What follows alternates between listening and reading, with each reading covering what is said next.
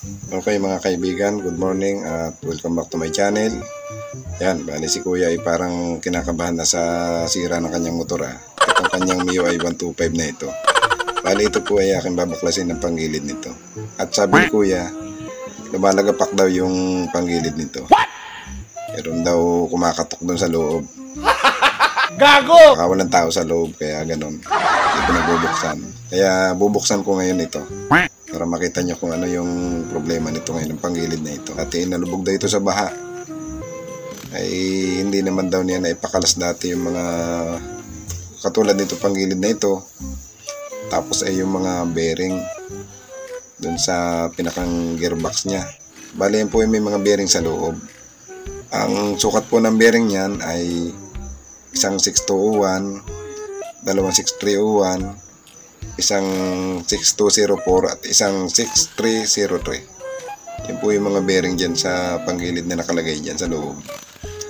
Bali yan po ay lilinisin ko yung panggilid, kakalasin ko yung torque drive, saka yung kanyang pulley, para makita rin kung ayos pa yung mga bola niyan, saka yung mga lining. Okay, at narito na ang unang bubungan sa atin ay yung alikabok na filter ng CVT. Kita nyo naman, napaka-alikabok. Kasunod dito ay ang crankcase naman. At ang susunod pa ulit ay ito naman kanyang pulley na napakatigas. Susunod, ito naman torque drive. Yun, medyo malambot tanggalin. Tapos ay yung bell, kailangan tingnan. Ayos pa. Hindi pa kailangan ipa-regroove at hindi pa rin kailangan palitan. Siyempre kasama din yung belt. Baliktad nga lang yung pakakabit. Makita nyo yung araw baliktad. Tapos ulit, ito naman pulley. Yan, tatandaan nyo yan, may manipis na washer yan dyan. At para ma-double check kung okay pa yung mga bola o poly balls na tinatawag, yan, buklatin utay-utay para makita. Yun, ibig sabihin ay ayos pa, bilog na bilog. Yan po ay pagkasira na hindi na bilog. Kaya nga bolang bilog. Yan, tulad niya clutch, okay pa po yung clutch na yan, hindi pa pudpud. Yan, goods. Tapos yung center spring nya, okay po yung magpapalit niyan, lalo't stock ang motor nyo 1000 RPM lang. Tapos yung ginagalaw kong yan ay may grasa po sa loob. Yan. Yun. Talagang ano na, yung grasa ay latik na. Hindi na po maganda. Kailangan po ay pagka ganyan ay lilinisin, papalitan ng bagong grasa. Tapos naririyan ulit yung tatlong makukulit na pin na hindi malungnos-lungnos. Yan, tatanggalin nyo yan para tuloy yung mapaghiwalay yung pinakang torque drive na yan. Bali yan po ay 3 piraso. Pagkatapos ulit ng madaming pagkatapos ay naririto na ang pinakamatindi. Yan, yung pinakang gear oil nya. Tinanggal ko, talagang ganda ng kulay chocolate. Hindi po maganda yan pagka ganyan ang kulay. Ibig sabihin yan, talagang may problema yung mga bearing para doon sa gearbox nya. At bali, kailangan ko muna i-fast forward ito para makarating na tayo doon sa pagbabaklas ng ating bearing. Kung may gasket dyan, lata po yung gasket nyan. May 2 dowel pin din yan para hindi umuga. At yan na ang ating pinakaabangan. Yung kulay gatas at yun ang bearing. Talagang makita nyo, kulay kalawang. Yan ang palatandaan na may problema ang ating mga bearing para dyan sa gearbox na yan. Balen po ay aking isusum na rin para mas maging maliwanag sa paningin ninyong lahat kung ano yung itsura ng 3 bearing na yun. Balen po ay pagpipilian ko kung alin yung okay pa at hindi. Meron po diyang nasira, merong hindi. Yan, bali nasisigurado ko yung 6204 at 6301 ang sira. Pero yung pong 6303 ay hindi po. At bago ko po tuloy ang linisin ay akin muna ipapakita ng ayos sa inyo kung anong itsura ng mga bearing saka yung ating mga gear. Yan yung pong bearing sa kabila. Yan, may mancha na kalawang na. Tapos yan, kita nyo naman talagang kalawangin. Yung isa pa, yan, super kalawang. Hindi po yan nabaklas nung nalabog sa baha. Ayan, umingay. Yan nga po yung isang bearing natin. 6204 po ang sukat niyan. Yan po yung nandun sa may ehe ng ating torque drive na tinatawag. Yan, 6204. Bali, narito yung ating gagamitin. Kobe po yan na pang CVT cleaner. Yan, talagang tanggal ang kalawang na yan. Yung mga kumayat na langis, kumayat na kalawang, tanggal po niyan. Kailangan yan po ay lilinisin ng ayos. Bali, dyan nga po pala sa portion na yan, ang bearing yan ay natanggal ko na. Bali, hindi naman siguro lang sa kaalaman ninyo na pwede po tayong gumamit dyan ng sabon.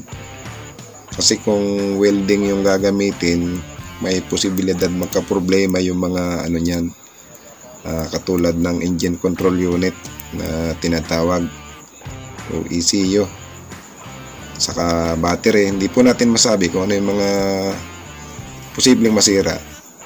Kaya yan, ang ginamit ko dyan ay sabon. May mga ibang video naman po na pwede nyo panoorin kung paano gumamit ng sabon para dyan sa pagpapaangat ng bearing yan. At bale, yung kabaak po ay naririto. Yan po yung ginamitan ko ng welding machine sa pagpuller po ng ating bearing, kasi wala tayong tools na pampuller ng bearing yan. Bali, kasabay ko na rin po nililinis yan. Para nga po pala dun sa mga hindi pa nakakapag-subscribe diyan, ay kung nagustuhan nyo po itong video ito, ay mag-subscribe lang po kayo. Pwede rin po kayo mag-comment dun sa ating comment box dyan sa baba kung ano po yung mga katanungan ninyo. Atin naman sasagutin yan basta kaya sagutin. Bali, yun nga po palang subscriber ko ay pumalo na po ng mahigit 1K or 1,000. Para po doon sa mga nag-subscribe diyan ay maraming salamat po sa mga suporta ninyo, sa patuloy na sumusuporta dyan. Bali, abang-abang lang po kayo sa mga susunod ko pang video na i-upload. At sana ay makatulong, may matutunan sa mga video ko ina-upload. Bali, naririto yung kinalabasan nung ginamitan ko siya ng Kobe na pang CVT cleaner. Yan. Patapos ay syempre pa yung mga ehe o yung pinakang axle na yan ay kailangan ding linisin kasi may mga kumapit na kalawang dyan. Yan, bali, bombahin nyo lang ng pang CVT cleaner. Kasama na rin kung may compressor kayo, katulad yung ginagawa ko, pwede yung gawin yan. Yan, para matanggal yung mga, kung may buhangin man, may kalawang. Yan, tapos yung gear na yan, kaunting hilot-hilot lang para mawala yung mga mancha ng kalawang. At syempre pa ay tapos ko na linisin yung panggilid nito. Yan, bali original po yung mga ikakabit kong bearing na yan, tulad niya Kuyo, NSK na yan. Yan po ay 4 na piraso. Isang 6201, dalawang 6301, isang 6204. Maaninag nyo sa video yung hindi ko tinanggal na bearing, wala pa pong problema yon. Yan po ay, meron nun ay 6303. Yan, bali sasalpa ko na yung 6204 na yan. Bali, bahala na kayong dumiskarte ko yung klase ng pagpapasok ng bearing ninyo dyan. Yan, bali, syempre pa, hindi naman mawala yung martilyo dyan. Yan. Sasapinan nyo. Huwag nyo direktang gagamitan nyo ng, sinsil. Yan pong ginamit ko yan po ay pin sa connecting rod ng Rider 150. Yung mga nasira, kinukuha ko po yun para gamiting pansapin para dyan sa bearing na yun. Bali yung mga bearing, tapos ay yung mga gear ay naipaglalagay ko na. Yan, bali yan po ay aking tatakloban na. O ibabalik na sa dati. Yan po yung mga bearing. Ay paglalagay ko na yan. 301 at 201. Bali yung mga naging problema ng motor na katulad po ng mga ganitong Matic, mapa MIUI man o mapa Honda Click, Aerox man o NMAX, ayan po iingatan ninyong malubog sa baha. Kasi once na malubog sa baha yan, ang magkakaproblema dyan ay katulad nitong aking ginagawang MIUI. Ganun po yung mangyayari sa mga bearing ninyo. Kaya once na malubog sa baha, kailangan ay ipa-check nyo na agad sa mekaniko. Inyo na agad ipakalas. Madali namang malaman yun eh. Gawa nung gear oil, pakakalas nyo yun. Pagka nag-ibang kulay nun, kulay gatas o kaya kulay chocolate, yun po ay may problema.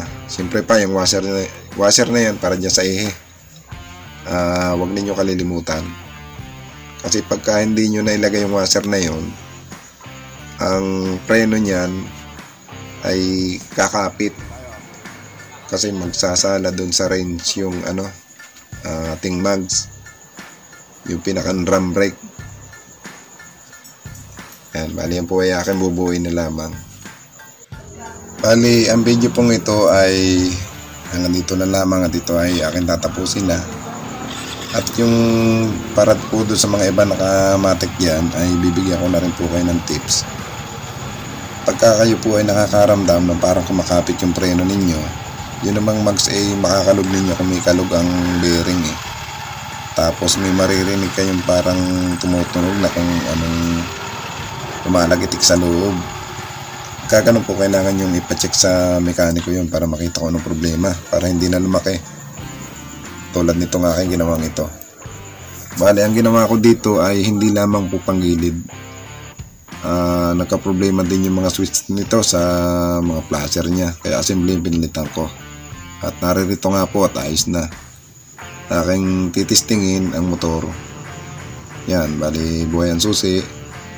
Double check ko yung flasher kung mayroon bang flasher sa kaliwa. Yan, umiilaw. Tulad yan. Tapos ay yung sa kanan, kailangan ay ma-double check kung okay na yung aking paka-wiring. Yan. Yung paka-install ng ating switch dyan sa MIUI 125 na yan. Tapos ay yung headlight. Bali yan po yung domino switch yung ginamit ko dyan.